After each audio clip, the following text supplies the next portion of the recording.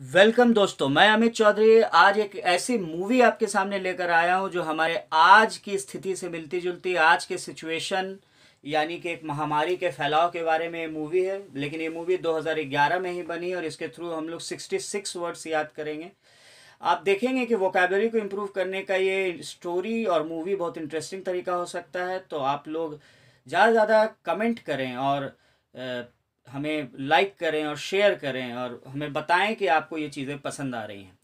तो इस मूवी का नाम है कॉन्टेजन। तो ये मूवी 2011 में बनी है। कॉन्टेजन कॉन्टेजियस जिसे हमें बोलते हैं, जो छुआछूत छूने से जो बीमारी फैलती है। इसके डायरेक्टर स्टीवन सोडरबर्ग हैं। एक बहुत ही रियलिस्टिक मूवी है। इस रियलिस्टिक मूवी में बताया गया है कि बीमारी कैसे फैली और कैसे ख़त्म हुई। तो हम स्टार्ट करते हैं इस मूवी को देखना। मूवी का प्लॉट यानी मूवी का जो स्टोरी है वो कंसर्न्स कंसर्न्स मतलब संबंधित है। मैंने V5 वर्ब का फिफ्थ फॉर्म लिखा है कंसर्न्स। नाउन के फॉर्म में कंसर्न का मतलब चिंता होता है, लेकिन यहाँ पे कंसर्न्स वर्ब के फॉर्म में मैंने संबंधित है। मैंने मूवी का प्लॉट कंसर्न्स करता है कि एक ऐसी बीमारी से जो रिस्पायरेटरी ड्रॉपलेट से फैलती है। रिस्पायरेटरी मतलब श्वसन संबंधी और ड्रॉपलेट्स मतलब हमारे छींक के साथ या हमारे खांसी के साथ जो कण बाहर निकलते हैं उनसे ये फैलती है बीमारी। और फोमाइट्स से फैलती है। फोमाइट्स मतलब वो सरफेसेस होते हैं जो कि इनएनिमेट सरफेसेस होते हैं। मैंने इनएनिमेट मैंने निर्जीव, एनिमेट मैंने सजीव, इनएनिमेट मैंने निर्जीव। जो निर्जीव सरफेसेस हैं जैसे डोर के नॉब्स होते हैं या फिर लिफ्ट के जो बटन होते हैं या पेपर होते हैं, वहाँ से जो फैलती है बीमारी, तो उस सरफेस को हम फोमाइट्स बोलते हैं, उस डेड सरफेस को। और इस बीमारी को कंटेन करने, यहाँ पे कंटेन का मतलब है रोकना। कंटेन मतलब शामिल करना होता है, आप जानते हैं, रखना, लेकिन कंटेन का मतलब यहाँ रोकना भी है वर्ब के फॉर्म में। तो इस बीमारी को कंटेन यानी रोकने की कोशिश की जाती है। और ये एक पेंडेमिक है। पेंडेमिक और एपिडेमिक का फ़र्क आप जानते होंगे। एपिडेमिक मतलब बहुत तेज़ी से फैलने वाली बीमारी, और जब ये बीमारी पूरे कंट्री के अंदर या अलग अलग कंट्रीज़ के अंदर या पूरे वर्ल्ड के अंदर फैल जाए, पैन मतलब चारों तरफ, तो चारों तरफ जब ये फैल जाए तो ये पेंडेमिक बन जाती है। इस बीमारी को हॉल्ट करने यानी रोकने के लिए कोशिश किया जा रहा है। तो ये जो स्टोरी मैं आपको अभी सुना रहा हूँ ये विकीपीडिया के लिंक से मैंने ये सारे वर्ड्स लिए हैं। तो आप विकीपीडिया में जाके इस मूवी का रिव्यू पढ़ सकते हैं। इसके अलावा IMDb इंटरनेशनल मूवी डेटाबेस एक वेबसाइट है, वहाँ भी मूवीज़ की रैंकिंग और बहुत उसके स्टोरीज उसके प्लॉट्स रहते हैं। या फिर आप उस मूवी को देख भी सकते हैं सबटाइटल्स के साथ। बहुत सारे ऐप्स हैं जिनको सब्सक्राइब करके आप देख सकते हैं। तो ये मूवी एक इंटरैक्टिंग हाइपरलिंक के फॉर्म में है। इंटरैक्टिंग हाइपरलिंक, इंटरैक्टिंग माने एक दूसरे से आपस में जुड़ा हुआ, और हाइपरलिंक कंप्यूटर की भाषा में हम जानते हैं कि एक वेब पेज में जब कुछ लिंक्स होते हैं और उनको हम क्लिक करते हैं तो जब कोई और पेज खुल जाता है तो उस लिंक को हाइपरलिंक कहा जाता है। उसी तरह सिनेमा में भी हाइपरलिंक का मतलब हुआ कि एक सीन दूसरे सीन से रिलेटेड है। मतलब कभी आप किसी एक जगह को देख रहे हैं, एक पात्र को देख रहे हैं, एक कैरेक्टर को देख रहे हैं, कभी आप दूसरे कैरेक्टर को देख रहे हैं। मैंने बहुत सारे कैरेक्टर की खिचड़ी बनी हुई है मूवी में और सीन जंप होते हैं एक जगह से दूसरे जगह। और मूवी शुरू होती है कि एक फीमेल है, वो एक लेओवर में है। लेओवर मतलब वो एक हॉल्ट में या एक सोजोर्न SOJOURN या एक ब्रेक ले रही है। एक शिकागो में कुछ घंटों के लिए उसका ब्रेक है, और वहाँ पर वो अपने एक्स बॉयफ्रेंड से मिलती है। और उससे बाद में मूवी में दिखाता है कि उससे एक बीमारी वो कॉन्ट्रैक्ट कर लेती है। कॉन्ट्रैक्ट कर लेती है मतलब ले लेती है। और जब वो घर लौटती है तो कुछ दिनों बाद बिल्कुल कोलैप्स कर जाती है, गिर जाती है, क्योंकि एक सीजर होता है, मतलब किसी तरह का हार्ट अरेस्ट हो जाता है या फिर बॉडी के पार्ट्स फंक्शन करना बंद कर देते हैं, जकड़ जाती है बॉडी और वो गिर जाती है और वो मर जाती है। और उसका हस्बैंड जब उस हॉस्पिटल जाता है तो वो बिल्कुल नम हो जाता है, बिल्कुल सुन्न हो जाता है ये पूरी बात सुन के। और जब लौटता है तो देखता है कि जो उसका स्टेप सन है, उसका एक छोटा बच्चा था जो स्टेप सन था, मतलब उसकी वाइफ का बेटा होगा, वो भी मर जाता है। मतलब उसका स्टेप सन मतलब उसका अपना बेटा नहीं था, वो भी मरा हुआ पाया जाता है। और उसके बाद मूवी आगे बढ़ती है और फिर दिखाता है कि इस एक्टर को, मतलब जो वो हस्बैंड था, उसको आइसोलेशन में रख दिया जाता है, यानी उसको अलग लोगों से अलग रख दिया जाता है। और धीरे धीरे वो इम्यून हो जाता है। मतलब एक बार बीमारी उसको हो चुकी है तो वो इस बात से इम्यून हो जाता है, मतलब उसके अंदर का जो प्रतिरोधी क्षमता है वो बढ़ जाता है, और अब उसको ये बीमारी इतनी आसानी से नहीं होगी, ये बात दिखाया गया है मूवी में। लेकिन फिर बहुत सारे रिपोर्टर्स और लोग जमा होते हैं, एक सीडेक कोई ऑर्गेनाइजेशन, कुछ ऐसा ही दिखाया गया है, सीडी। एंड वो एक सेंट्रल ऑर्गेनाइजेशन है जो हेल्थ के बारे में रिसर्च करती है, और वहाँ पर लोग ये शक कर रहे हैं कि ये शायद हो सकता है, ये जो फैल रहा है ये बायो वेपन हो, मतलब ये जैविक हथियार हो जो किसी देश ने इंटेंडेड किया हो, यानी उसका मकसद हो कि दूसरे देशों को मारना या उस पर विजय प्राप्त करना। और उसके बाद वो जो डिपार्टमेंट, हेल्थ डिपार्टमेंट का हेड है, वो एक लेडी जो डॉक्टर है, इन्वेस्टिगेटर है, जो इस तरह के डिज़ास्टर जब क्रिएट होता है तो उसको इन्वेस्टिगेट करती है। केट विंसलेट ने वो पात्र निभाया है, वो कैरेक्टर निभाया है मूवी में। मैं उसी को एक पहचान पाया, तो उसको वो भेजता है और वो उसको डिस्पैच करता है, मतलब भेजता है इन्वेस्टिगेट करने के लिए, यानी छानबीन करने के लिए। इन्वेस्टिगेट के साथ इनटू प्रीपोजिशन का यूज़ नहीं होता है, लुक इनटू होता है, लुक इनटू द केस होता है, लेकिन इन्वेस्टिगेट द केस होता है। इन्वेस्टिगेट इनटू नहीं लगाया जाता है या इन नहीं लगाया जाता है। तो इन्वेस्टिगेट करने आती है कि ट्रेस करने आती है, मैंने पता लगाने आती है कि क्यों ये सब हो रहा है, और ये आउटब्रेक, ये जो महामारी फैली है, इसका कारण पता लगाने के लिए। और वो नेगोशिएट करती है, वो तोल मोल करती है वहाँ के जो लोकल ब्यूरोक्रेट्स हैं, जो वहाँ के नौकरशाह हैं, जो लोग बहुत सपोर्ट करने के लिए स्टार्टिंग में तैयार नहीं हैं, जो रिलक्टेंट है मतलब अनमने हैं, उनको इच्छा नहीं है, इंटरेस्ट नहीं है कि वो इसमें इन्वॉल्व हों। इस नोवेल माने नए वायरस के फैलने से रोकने के लिए जो करना चाहिए, उसके लिए ब्यूरोक्रेट से नौकरशाह तैयार नहीं है, तो वो इस आउटब्रेक को रोकने के लिए उनसे नेगोशिएट करती है। और फिर आप देखेंगे कि लोगों को धीरे धीरे क्वारंटाइन में रखना शुरू किया जाता है, फिर लूटिंग की घटनाएं शुरू होती हैं और लूटपाट होनी शुरू होती है। और ये उसी आर्टिकल में, विकिपीडिया के आर्टिकल में बोला गया है कि ये, और मूवी भी ये बताती है कि ये जो बीमारी फैली है ये पिग और बैट के डीएनए के कुछ कॉम्बिनेशन, मैंने pig and bat borne disease है। जैसे मॉस्किटो बॉर्न डिजीज मलेरिया होता है, उसी तरह ये पिग और बैट के क्रोमोसोम के मिलने से पैदा हुआ है, और इस सारी एक्टिविटी को स्टॉल कर देता है, रोक देता है। और आर्टिकल में बोला गया है कि इस वायरस का जो वैक्सीन खोजने की कोशिश की जा रही है, वो एक्टिविटी भी स्टॉल हो जाती है, रुक जाती है, क्योंकि उसका सेल कल्चर होता है, मतलब किसी टिश्यू से जब हम सेल लेकर उसको आर्टिफिशियली लेबोरेटरी में ग्रो कराने की कोशिश करते हैं किसी लिक्विड में, तो वो ग्रो नहीं हो पा रहा है, सेल कल्चर में ये ग्रो नहीं हो पाता, इसके कारण वैक्सीन की खोज स्टॉल हो जाती है। तब तक अचानक एक ब्रेक थ्रू मिलता है, ब्रेक थ्रू मैंने बहुत बड़ी डिस्कवरी। वो डिस्कवरी कैसे मिलती है? तो डिस्कवरी मिलती है कि एक डॉक्टर जो एक्चुअली को बोला गया था हेल्थ डिपार्टमेंट के हेड द्वारा कि तुम सारे सैंपल्स को ख़त्म कर दो, जला दो, डिस्ट्रॉय कर दो, वो एक सैंपल बचा लेता है, उसको रिसर्च करता है, तो उसको कुछ आइडिया मिलता है कि ये वैक्सीन कैसे डेवलप किया जा सकता है, इसका कैसे डेवलप हो सकता है। ये पूरा वैक्सीन नहीं मिलता है, लेकिन उसको एक डायरेक्शन मिलता है। अब लोग पता लगाने की कोशिश कर रहे हैं कि रिप्रोडक्शन नंबर क्या है। बार बार मूवी में R0 नंबर को यूज़ किया गया। रिप्रोडक्शन मैंने पुनः मैंने पैदा करना, तो कैसे पैदा होता है, मैंने कितने लोगों में फैलता है, तो शायद मूवी में 4 का नंबर दिया गया है या जो भी, कि ये इस तरीके से R0 नंबर यानी रिप्रोडक्शन नंबर इतने लोगों को फैलेगा। और जब ये म्यूटेट करेगा, वायरस म्यूटेशन का मतलब होता है चेंज करना, तो जब ये चेंज करेगा और यानी कि ये अपना रूप बदलेगा, फैलेगा या एक बॉडी से दूसरे बॉडी में जाएगा, तो मोर्टेलिटी रेट, यानी मोर्टेलिटी माने मरणशीलता, तो मरणशीलता का रेट क्या होगा? तो मरणशीलता यानी कितने लोग मरेंगे? तो 25 से 30% लोग मरेंगे, जो मूवी बोलती है। और जितने लोगों को ये इन्फेक्ट करेगा उसमें से 25 से 30% लोग मरेंगे।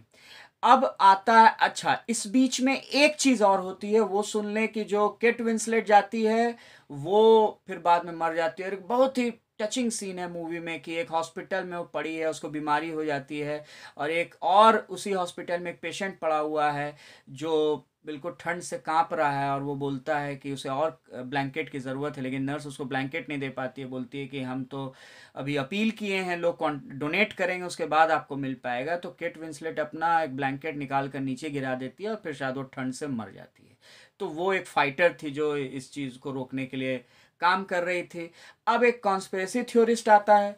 कॉन्स्पिरेसी थ्योरिस्ट सोशल मीडिया में बड़ा यूज़ होता है, इंटरेस्टिंग वर्ड। कॉन्स्पिरेसी माने षड्यंत्र होता है। तो जब भी कोई बड़ी विश्व स्तरीय घटना होती है तो बहुत सारे ऐसे कॉन्स्पिरेसी थ्योरिस्ट पैदा हो जाते हैं जो उसमें कोई षड्यंत्र खोजते हैं। जैसे कि बहुत सारे आपको यूट्यूब पे वीडियोस मिलेंगे जहां बोला गया है कि जो नील आर्मस्ट्रांग को अमेरिका ने मून पे भेजा था वो पूरा मिशन एक हॉक्स था, फॉल्स था, उसको शूट किया गया था। या कुछ कॉन्स्पिरेसी थ्योरिस्ट तो यहाँ तक बात करते हैं कि जो धरती है, जो अर्थ है, वो फ्लैट है। ये जैसा हम देखते हैं, वो जो हमें बताया जाता है साइंटिस्ट द्वारा, वैसा नहीं है, फ्लैट है एक्चुअली, सरकारी इन्फॉर्मेशन छुपा रही।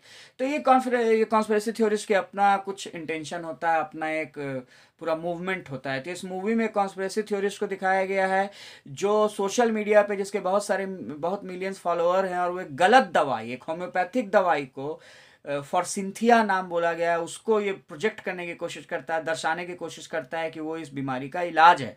और वो कैम के सामने उसको खाता है, बोलता है कि उसको बीमारी है, खाता है, फिर अगले दिन दिखाता है ठीक है। तो उसके कारण क्या होता है कि बहुत सारे लोग ओवरवेलमिंग नंबर में, मैंने अत्यधिक नंबर में, ये लोग ओवरवेलम कर देते हैं, भर देते हैं दुकानों को, फार्मेसीज को, और ये होम्योपैथी फॉर्सिंथिया ड्रग लोग खोजने की कोशिश करते हैं। और बाद में पता चलता है कि पूरी चीज़ फेक थी, ये गलत किया गया था। और मूवी में दिखाया जाता है कि उसको फिर बाद में पकड़ लिया जाता है। लेकिन यहाँ पर एक बड़ी इंपॉर्टेंट बात यह है कि अगर आप IMDb में जाएंगे और वहाँ पर इसका ट्रिविया पढ़ेंगे, ट्रिविया TRIVIA, मतलब ट्रिविया मतलब कुछ ऐसी चीज़ें जो उतनी इंपॉर्टेंट नहीं होती हैं, मतलब जनरल फैक्ट्स, बहुत ही अनकॉमन, मतलब facts which are not very important लेकिन विच आर वेरी इंटरेस्टिंग। तो उसमें जब आप ट्रिविया सेक्शन में देखेंगे इस मूवी में, तो वहाँ पर आपको लगेगा, पता वहाँ पर लिखा हुआ है कि जो मूवी में जो एक एरर है, और वो एरर ये है कि जो लॉजिक बताया गया है, जिस लॉजिक के कारण इस सोशल मीडिया के इंसान को पकड़ा गया कि उसने गलत दवाई सजेस्ट की है, वो इन्वेस्टिगेशन का जो बेसिस बताया गया है वो गलत है साइंस के हिसाब से। तो हो सकता है कि उसने बीमारी खाई हो, उस बीमारी हो और वो दवाई खाई हो और वो ठीक हुआ। तो ये एक एरर मूवी में दिखाया गया। हो सकता है डायरेक्टर ने जानबूझ के एरर किया हो या फिर पता नहीं। तो अब क्या होता है, अब मूवी आगे बढ़ती है और दिखाता है कि ये जो लोग हैं, ये सारे वायरस के इलाज के खोज में लगे हैं। और तब तक एक लेडी डॉक्टर है जो एक एटेन्युएटेड फॉर्म में वायरस को लेती है। एटेन्युएटेड फॉर्म मतलब होता है वीकेन या फीबल्ड फॉर्म, मतलब जिसमें उसको कमज़ोर कर दिया जाए। क्योंकि जब स्ट्रांग वायरस था तो उसको जिसमें भी दिया जा रहा था, मंकी में या किसी में भी, वो मर जाता था। तो उसको एटेन्युएट यानी कि उसको वीक कर देती है, डाइल्यूट कर देती है, और तब वो वैक्सीन खोजती है और वैक्सीन उसको मिल जाता है। लेकिन उसको टेस्ट करने के लिए, वैक्सीन को टेस्ट करने के लिए कंसेंट की ज़रूरत है, स्वीकृति की ज़रूरत है उन पेशेंट से जिनको बीमारी हो चुकी है, क्योंकि हो सकता है इसका साइड इफेक्ट हो या कुछ ऐसा। ये कंसेंट मिलने में एक टाइम लगता, तो वो खुद को ही इनॉक्यूलेट कर लेती है, मैंने खुद ही वो इंजेक्शन ले लेती है और खुद ही उसको ये बीमारी, मतलब वो इंजेक्शन ले लेती है, मतलब वो उस वैक्सीन को ले लेती है। और उसके बाद जाती है अपने फादर से मिलने, और उसका फादर भी इसी बीमारी से ग्रसित था। वो एक डॉक्टर था जो लोगों का इलाज करते हुए इस बीमारी से ग्रसित हो गया। उसके पास जाती है और उसको टच करती है, लेकिन इसको बीमारी कॉन्ट्रैक्ट नहीं होता। इसका मतलब इसका वैक्सीनेशन जो खोजा था ये सफल हो जाता है, और फिर धीरे धीरे वैक्सीन लोगों को मिलने लगती है। लेकिन एक और सीन है कि एक और कोई लेडी डॉक्टर है, उसको कुछ विलेज के लोग किडनैप कर लेते हैं, क्योंकि विलेज में कुछ लोगों की मौत हो गई है इस वायरस से, और विलेज के सारे लोग डर कर असेंबल हो गए हैं एक हॉल के अंदर। और वहाँ पर वो लोग एक डॉक्टर को किडनैप करके ले आते हैं, और वो मेन जो हेल्थ डिपार्टमेंट है उसकी डॉक्टर है। और जब तक वैक्सीन उन्हें नहीं मिलेगा वो बोलते हैं डॉक्टर को नहीं छोड़ेंगे। और फाइनली जब वैक्सीन की खोज होती है तो लोग अपनी पेशकश रखते हैं कि वैक्सीन दिया जाए, तो उस लेडी डॉक्टर को छोड़ेंगे, उनको वैक्सीन दे दिया जाता है।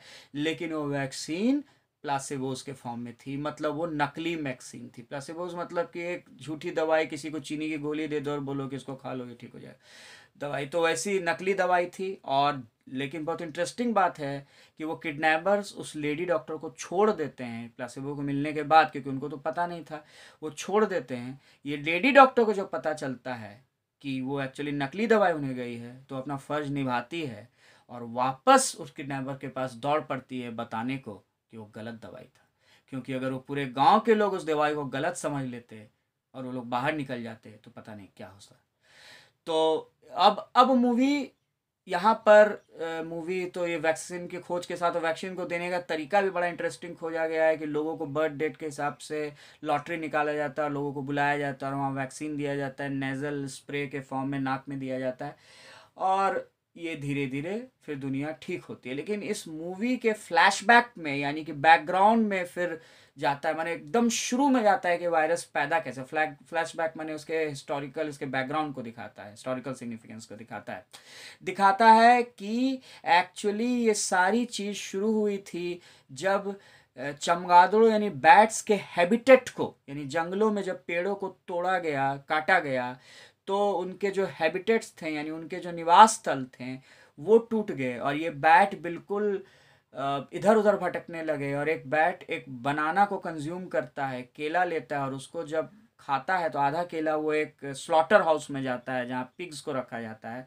बूचड़ खाना, और वहाँ पर स्लॉटर हाउस में उस बैट से ये गिर जाता है ये केला और एक पिग उसको खा लेता है और वो पिग फिर इन्फेक्टेड हो जाता है। उस पिग से जो शेफ था वो इन्फेक्टेड हो जाता है और उससे फिर ये बीमारी फैलती है। तो स्लॉटर्ड मतलब जहाँ पिग को काटा गया तो उससे वो इन्फेक्टेड हो जाता है। मूवी के रिव्यू सेक्शन में आप आइए तो आप देखेंगे कि विकिपीडिया लिखता है कि ये अल्ट्रा रियलिस्टिक मूवी है, मतलब एक रियलिस्टिक मूवी जो वास्तविक सिचुएशन को दिखाती है, लेकिन ये अल्ट्रा रियलिस्टिक लगता है जैसे कि एकदम भविष्य को एग्जैक्टली प्रेडिक्ट कर रही है। और एक पैथोजन के बारे में, पैथोलॉजी आप जानते हैं, पैथ मतलब बीमारी होती है और बीमारी को पैदा करने वाला मैंने एक वायरस के बारे में मूवी बताती है और बहुत ही अननर्विंग टेल है। एक ऐसी कहानी है जो हमें हमारा एक तरह से दिल दहला देती है। और ये मूवी एक्चुअली बेस्ड है एक रेमिनिसेंट ट्रेल किस बात का, तो 1997 में मलेशिया में एक निपाह वायरस फैला था, वो भी बैट से ही फैला था और उसी के ट्रेल माने उसके कतार को पीछे करते हुए, रिमेनेसेंट माने जो बचा हुआ, उसी कहानी से जो बचा हुआ निकला रिमेनेसेंट, उसी को पीछा करते हुए इस मूवी को बनाया गया है। और उस समय में डिफॉरेस्टेशन हुआ था यानी कि जंगलों को काटा गया था। और ये मूवी बहुत अच्छे तरीके से बात करती है क्राउड साइकोलॉजी के बारे में और मास हिस्टीरिया के बारे में। दिखाया गया है कि कैसे पूरी क्राउड एक साथ मिल के जब एक मॉब जब आती है तो उसके अंदर एक हिस्टीरिया फैल जाता है, उसके अंदर एक कैओस फैल जाता है, लोग वायलेंस का सहारा लेते हैं। और ये क्राउड साइकोलॉजी है, मानसिकता है। लोग जब ग्रुप में होते हैं तो उनकी मानसिकता बदल जाती है। और एक बैफलमेंट दिखाया है, एक बिम्यूजमेंट दिखाया है। लोग बिविल्डर्ड हैं, बिल्कुल अचंभित हैं कि ऐसा अचानक क्या हो गया। और दिखा रहा है कि कहीं पे गन शॉट चल रहे हैं, कहीं पे लोग डरे हुए हैं और एक आउटरेज है, गुस्सा है लोगों के अंदर, क्योंकि दिखाया गया है कि बहुत जगह पर उस जो हेल्थ डिपार्टमेंट के हेड थे उन्होंने उस इंफॉर्मेशन को अपने फैमिली और रिलेटिव्स के बीच में दिया, लेकिन जनरल पब्लिक को रिवील नहीं किया, लोगों को बचने का टाइम नहीं मिला। और एक डिस इन्फॉर्मेशन को भी ये मूवी दिखाता है, मिस इन्फॉर्मेशन, गलत इन्फॉर्मेशन, लेकिन डिस इन्फॉर्मेशन भी उसी तरह का, लेकिन जो इंटेंशनली हो। डिस इन्फॉर्मेशन जानबूझ कर गलत इन्फॉर्मेशन दिया जाता है ताकि लोगों को गलत डायरेक्शन में ले जाया जाए। तो एक डिस इन्फॉर्मेशन को दिखाता है कि कैसे गलत दवाइयों के बारे में इंफॉर्मेशन दिया जा रहा था। और ये क्रिटिक करता है, माने आलोचना करता है उस हाइपोक्रेसी की, वो जो पूरा हिपोक्रेसी जो हमारा जो फॉल्सुड है, हिपोक्रेसी मतलब एक तरह का जो फॉल्सुड है हमारे अंदर, जो झूठा विचार है, हम लोग कैसे गलत चीज़ों को जो एक्सेप्ट करते हैं और जो वॉयलेंस का सहारा लेते हैं, उसके बारे में बताया गया है। और एक वर्ड आता है रिव्यू में, पैराडॉक्स। ये मूवी एक पैराडॉक्स पे भी बेस्ड है। पैराडॉक्स मतलब एक कॉन्ट्राडिक्टरी आइडिया, एक विरोधाभासी बात। और विरोधाभासी बात ये है कि इस महामारी से लड़ने के लिए उस मूवी में, और हम जिंदगी में भी आज ये जानते हैं कि पैराडॉक्स यानी विरोधाभास है कि इस बीमारी से लड़ने के लिए हम लोगों को फिजिकली सेपरेट रहना है एक दूसरे से, लेकिन हम लोगों को इमोशनली कनेक्ट रहना है एक दूसरे से। यानी हम लोगों को अलग अलग रहना है, ये बहुत ज़रूरी है, लेकिन हम लोगों को एकजुट रहना होगा। उस मूवी में सब लोग एकजुट होकर काम कर रहे थे और फाइनली एक सही उसमें एक हैप्पी हम एंड देखते हैं। हम देखते हैं कि दवाई का वो वैक्सीन मिल जाता है। होपफुली हम भी उस डायरेक्शन में आगे बढ़ रहे हैं। तो मूवी को देखें या मूवी का रिव्यू पढ़ें और ऐसी ही मूवीज़ और बहुत सारी स्टोरीज़ के साथ मैं आपके साथ फिर मिलूँगा। वर्ड्स मैं और डिफ़िकल्ट लाऊँगा क्योंकि ये मैं प्रोसेस शुरू कर रहा हूँ, और मैं चाहता हूँ कि आप अगर आपको पसंद आए तो लाइक करें, कमेंट करें, मूवीज़ के बारे में बताएं जिनके स्टोरीज़ को आप डिस्कस करना चाहते हैं। और आप जब इंटरेक्ट करेंगे तो हमें भी पता चलेगा कि हम जो काम कर रहे हैं, हम जो मेहनत कर रहे हैं, वो आपके फ़ायदे की है। तो सुनने का शुक्रिया, थैंक्स, जय हिंद।